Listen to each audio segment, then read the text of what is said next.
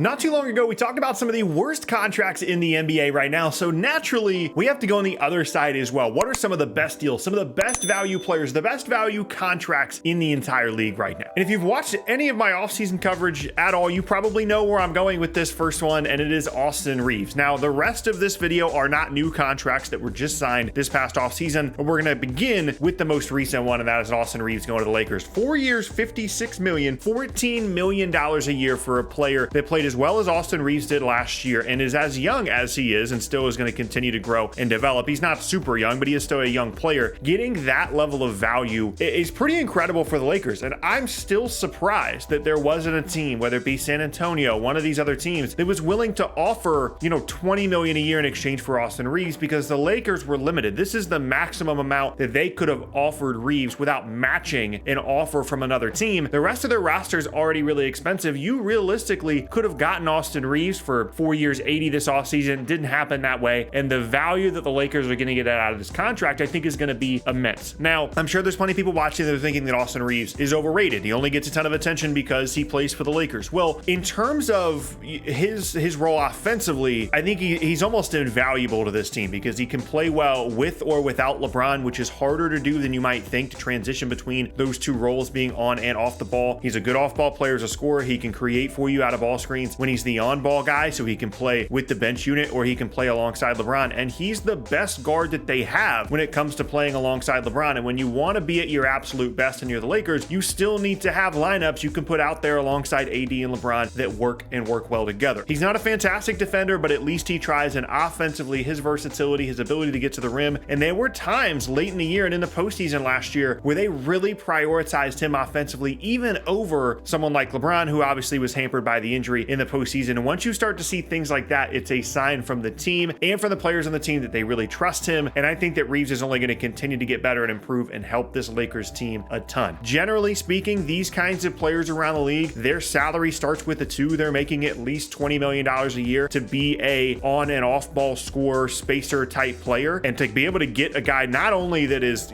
still kind of working his way into his prime, but to be able to get him for less than that number is a big deal. One of the better contracts in the league, in my opinion. Next up, let's talk about what is, to me, arguably the single best contract in the entire league, and it's Mikhail Bridges of the Brooklyn Nets. Mikhail Bridges signed a couple years ago a 4-year, $90 million deal worth $22.5 million a year annually. And when you look at where that puts him within the, the hierarchy of the league in terms of team salaries, he's in not like John Collins, Tyler Hero, like a little bit more than Jordan Clarkson type range in terms of his salary. And this is a guy that we're talking about as a borderline All-NBA caliber player, someone that can play on both ends of the floor. And that contract goes on for another couple of seasons. And this deal, in terms of potential continued improvement from Bridges, how good he was once he showed up in Brooklyn last year, I honestly think it's one of the better value contracts in the league. And I think it's one of the reasons why Brooklyn hasn't traded him and has been so resistant to moving him once they acquired him at the deadline. There were rumors that Memphis offered 4 first-round picks in exchange for Mikhail Bridges. There were rumors that maybe Bridges would be involved in a Damian Lillard trade or potentially as the centerpiece of a star trade. I think Brooklyn and other teams around the league really value not only Bridges as a player, but also the value you're getting on that contract. And when some of the best players in the league, guys that are making all-star teams, all-NBA teams, are making $50-60 million a year, and Mikhail Bridges is making less than half of that, that is a tremendous amount of value for a guy that I think is still going to have a really good season. And for that contract to go on for the next couple of seasons, like he's basically making what, OG and Anunoby is going to be making this year with, a couple million off of that number. And OG's really good, but with as well as he played once he arrived in Brooklyn, I really think that teams around the league and the Nets as well really value this number. I think it's one of the better contracts in the league. Next up, let's talk about one that I'm not sure I would have put on the list or even really thought about at all this time last year. Lowry Markkanen. When he went to Cleveland, he signed a 4-year, $67 million deal. And so that pays him about, $16.75 million a year. That was a bit of a weird free agency period for him. It ended up being a sign and trade. It was kind of late in the free agency process with Markkanen as restricted free agent. And in Cleveland, he was fine. But this most recent season in Utah, Lowry Markkanen was like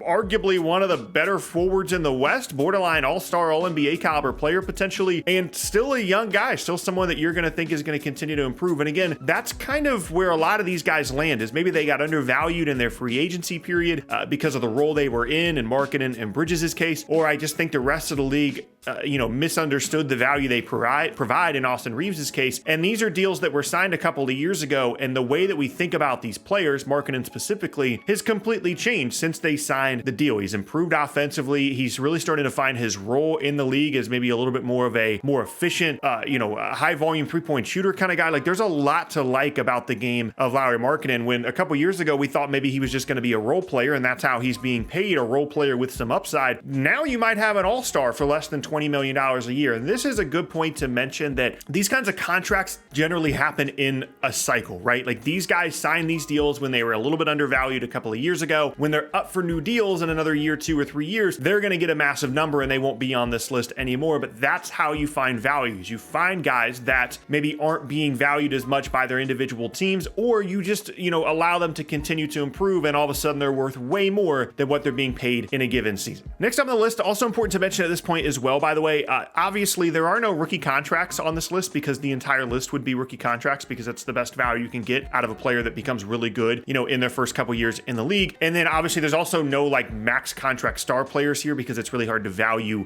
those guys that salaries are capped. So I meant to mention that in the beginning, but I want to throw that in there here. Let's also talk about someone that I definitely would not have put on this list last year. I arguably would have put it on the opposite end of the list as an actually bad contract, but now it's really good. Jalen Brunson, 4 years, 104, $26 million a year. I've taken this L before. I've talked about this before. I did not like the Jalen Brunson contract. I didn't think it really made sense for the Knicks. I thought it was an overpay. I liked him as a player, but I thought it was too much money. And then all Jalen Brunson does is become one of the best guards in the Eastern Conference this year. And again, just like with Lauri Markkanen, borderline all-star, borderline all-NBA caliber guy, and someone that is a real legitimate, focal point of an offense kind of guy. And I thought Jalen Brunson was going to be good. I didn't think he was going to be that. And when you start to look again at where he kind of is within the hierarchy of salaries, again, we're talking about guys like Tyler Hero, John Collins, and you're getting one of the better guards in the entire conference for that kind of number. $26 million a year a couple of years ago does seem pretty high for someone like Jalen Brunson, certainly the guy that he was prior to getting to New York. But again, as salaries continue to rise, and as players that maybe you might even see as like upper level role players are making $30-35 million a year, and the best players in the league, guys that Jalen Brunson could potentially be playing alongside in all-star games over the next couple of seasons, are making 50, 60, in some cases $70 million a year. When you have one of those guys at 26 million, but the cap is still high enough to accommodate for those guys that are making 70 million, it is an incredible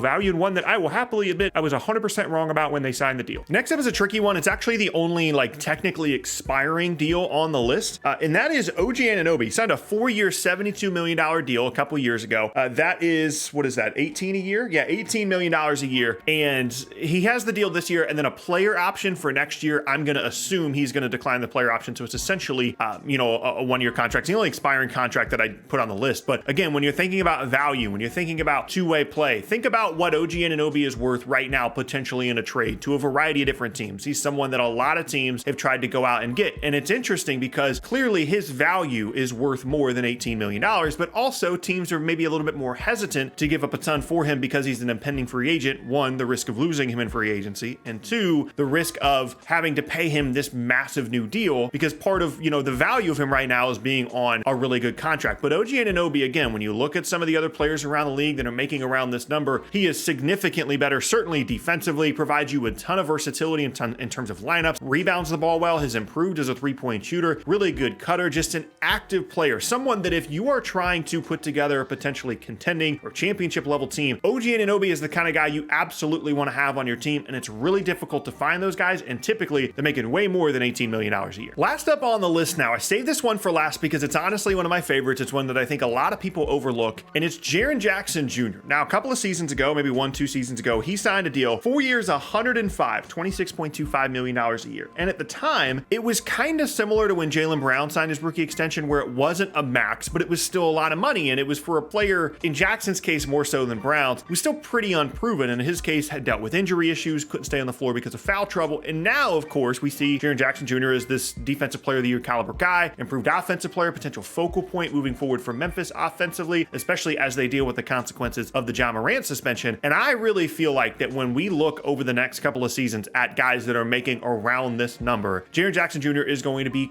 criminally underpaid as long as he is able to stay on the floor because of both foul trouble as well as injuries. He is, in my opinion, one of, if not the best individual defensive players in the entire league in terms of his overall impact that he has on the floor. There's other guys potentially within that argument, guys like Draymond Green, but I really think that in terms of his ability to switch defensively, stay in front of guards, and elite top level rim protection, in addition to the fact that he doesn't mess up your lineup choices by being able to be a floor spacer offensively and potentially more, an offensive game that I think only is going to continually grow and develop, not to mention the fact that he's still such a young player. That combination together should cost you right at a max contract, if not a little bit under, because of some of the instability that we saw from him over the last couple of seasons in terms of foul trouble and injuries. That kind of combination should cost you way more than $26 million a year when you think about it within the current construction of how the salary cap works. And that really is the lesson of this video, is that the league has gotten much better about giving out,